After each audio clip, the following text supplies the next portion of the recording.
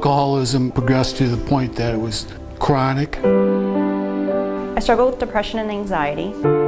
We have multiple members of our family that have been treated for chemical dependency. In 2003, I started relapsing. From 13, I started smoking marijuana. I was 21, I had a baby, I had a part-time job, I was homeless. It progressed to prescription pills and then eventually to using heroin every day.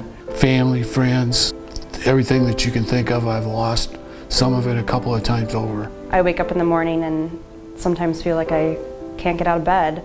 In our family, the abnormal became the normal.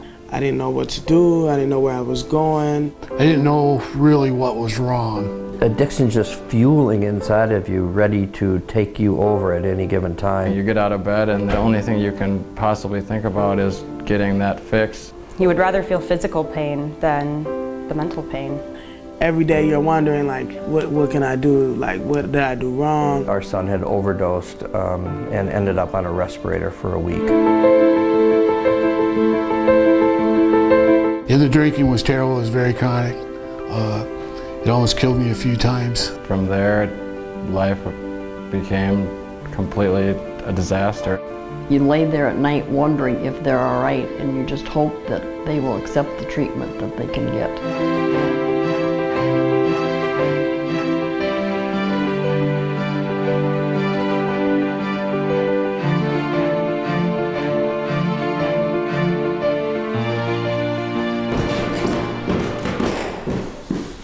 I come from a background, alcoholism, mental illness, those types of things are not acceptable. It was a problem for me when I was 14 years old, and I'm, 52 now. It's been a problem for me all my life. I had been in and out of detox, in and out of treatment. I'd work someplace for a while till I got tired of it. Then I'd go on a big drinking binge. After about 3 weeks, I was really quite sick. I have a pretty long history with the streets. Not in the shelter, but actually on the streets. I struggled with the drinking, always believing that it was the drinking that was the real problem, but it was also not understanding the mental illness. I think the moment that I understood I either needed to do something or just continued to do what I was doing until I died. Stay with people, you're trying to save money. You can't really save money because you're spending money trying to help out the people you're staying with. So it was like a struggle. With 2 kids, it was like a day-to-day struggle. I got 11 points! My son has really bad asthma, so he had got really sick.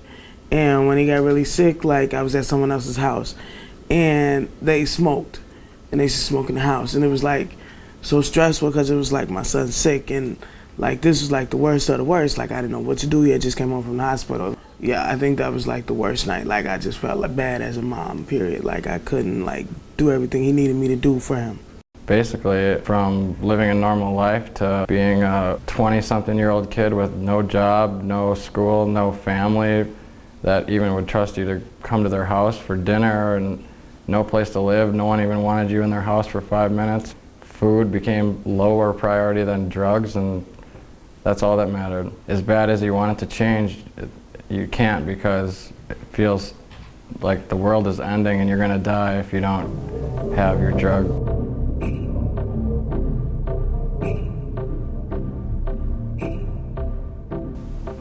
Became one big fiasco, and I got arrested and charged with a bunch of crimes for things I would never do normally or even consider doing. Had I not been able to come here from jail, I probably either would be in prison still or would have probably died.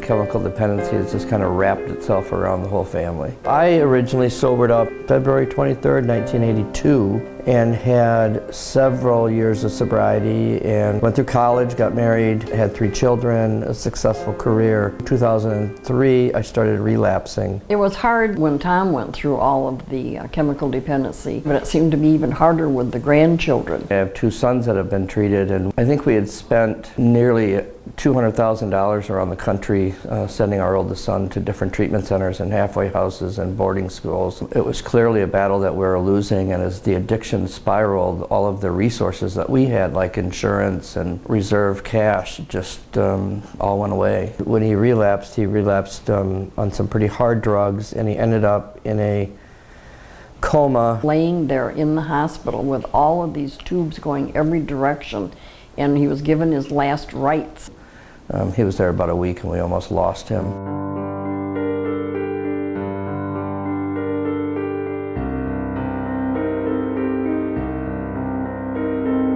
You know, our family used to be just entrenched in active addiction, and now it is fully engaged in recovery. Every time we've come to Tolarian, it's just been a great experience. You know, thanks to the help that I got at Tolarian, I've been sober now for 2.5 years. It gives them the opportunity to start over again. Without Tolarian, I don't know. I don't know if I would still be homeless or what would be my future for my children. Everything they offer, from counseling to the support that you need in every part of your life to fix your relationship with family, and then get a job and go back to school and do the things you need to do to live a normal life again. I'm in school like almost straight A's for the last 3 semesters. My parents and our relationship is like better than it was before it all went downhill years ago. Both of my kids are in school full time. They have a place to call home. I've learned what it is to have good rental history. I've learned what it is to have a foundation and to appreciate that. They've been given a new life. Both of my sons are in college and doing well. I went from being a pile in the middle of the street to being a worthwhile human being. My oldest son is getting married this summer, and we're just real grateful. And I show up for my life every day now, instead of just waiting for it to end.